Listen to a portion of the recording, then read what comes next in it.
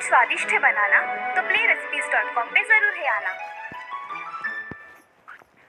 किशन नगर गांव में बहुत सारी सुविधाओं का अभाव था, इसीलिए लोग एक दूसरे पर निर्भर रहा करते थे। उस गांव में बैंक भी नहीं था। गांव में एक कल्लू नाम का शातिर चोर रहा करता था, जो चोरी करता था तो किसी को भनक भी नहीं लगती थी, इसलिए उसकी चोरी से सारे गांव वाले बहुत डरते थे। एक दिन गांव के मंदिर में एक भव्य पूजा का आयोजन किया गया था।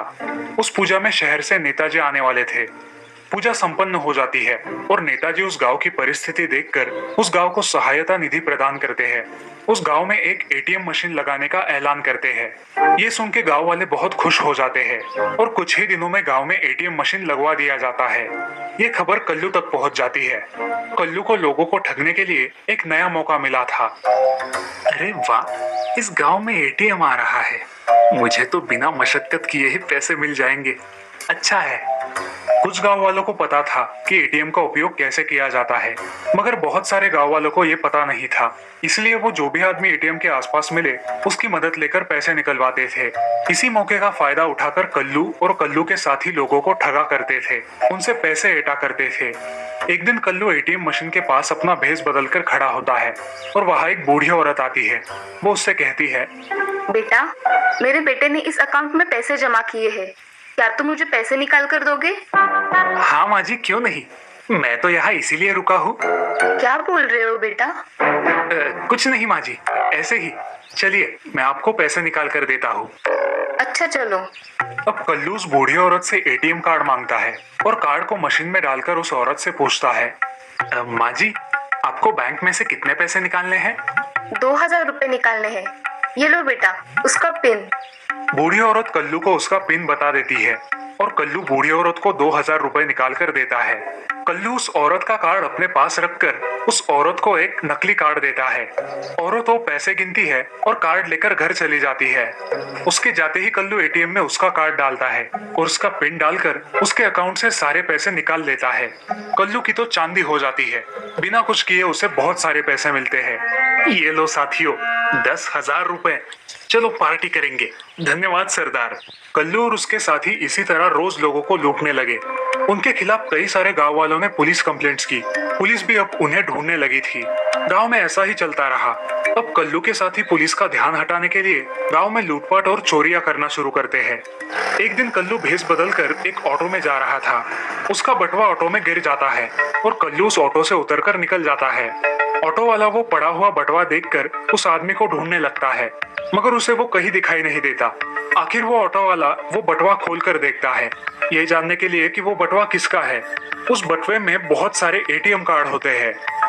ये कैसा आदमी है, इतने सारे एटीएम कार्ड लेके घूमता है?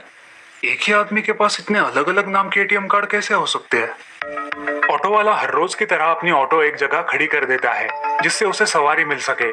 तभी उसे कल्लू दिखाई देता है। साहब, ओ साहब, आप उस दिन मेरे ऑटो में आए थे ना? आपका ये बटुआ इस रिक्शा में ही छूट गया था, ये लीजिए। धन्यवाद भाई, तुमने मेरी बड़ी मदद की। साहब, बुरा ना मानो तो एक सवाल पूछूं? हाँ पूछो ना भाई। आपके बटुए में आपका कार्ड कौन सा है, क्योंकि इतने अलग अलग नाम के कार्ड्स हैं? अरे भाई, मेरा बिजनेस है ना, इसलिए अलग अलग लोगों के कार्ड रखने पड़ते हैं।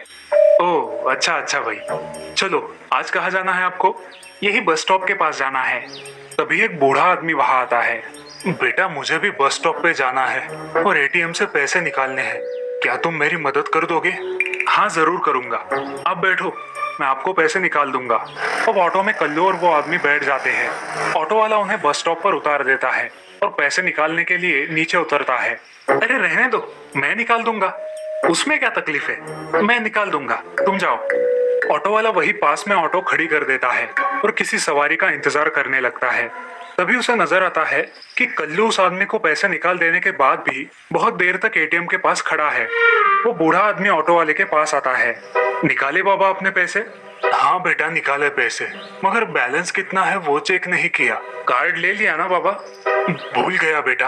अच्छा हुआ तुमने याद दिला दिया। अब ऑटो वाला और वो आदमी एटीएम में जाते हैं। कल्लू वहां से पैसे निकाल रहा था। ऑटो वाले को देखकर वो चौंक जाता है। साहब, आपने इनका कार्ड लिया था, वो वापस नहीं दिया? हाँ ये लो। मेरा काम तो हो गया। ऑटो वाला और आदमी वापस चले जाते हैं। ऑटो वाले को कल्लू पर शक हो जाता है। बाबा, आपका मोबाइल दिखाइए जरा, कितने पैसे निकाले वो मैसेज आता है। ये लो बेटा। बाबा, आपने पहले 5,000 निकाले और बाद में 40,000 निकाले हैं। क्या बोल रहे हो बेटा? मैंने तो सिर्फ 5,000 निकाले, 40,000 मैंने नहीं निकाले। क्या?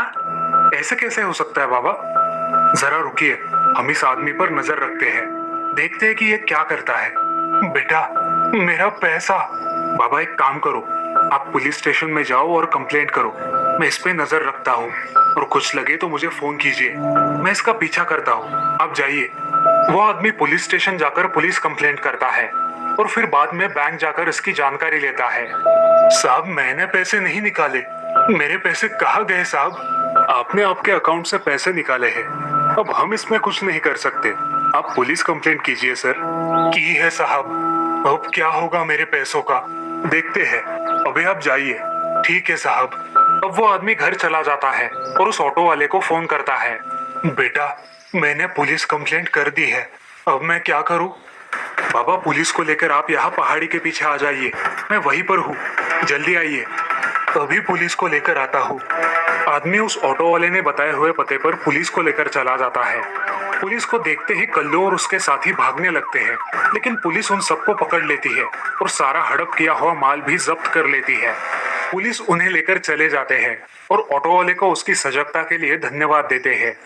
धन्यवाद बेटा, तुम्हारी वजह से मुझे मेरे पैसे वापस मिल गए हैं। अरे धन्यवाद किस बात का बाबा, ये तो मेरा कर्तव्य है। आप चिंता मत कीजिए, आपको कुछ भी मदद चाहिए तो मुझे बता देना। और इस प्रकार अब सारे गांव वाले निश्चिंत होकर जीने लगते हैं। इस कहानी से हमें ये सीख मिलती है कि जैसी करनी वैसी भरनी। हमें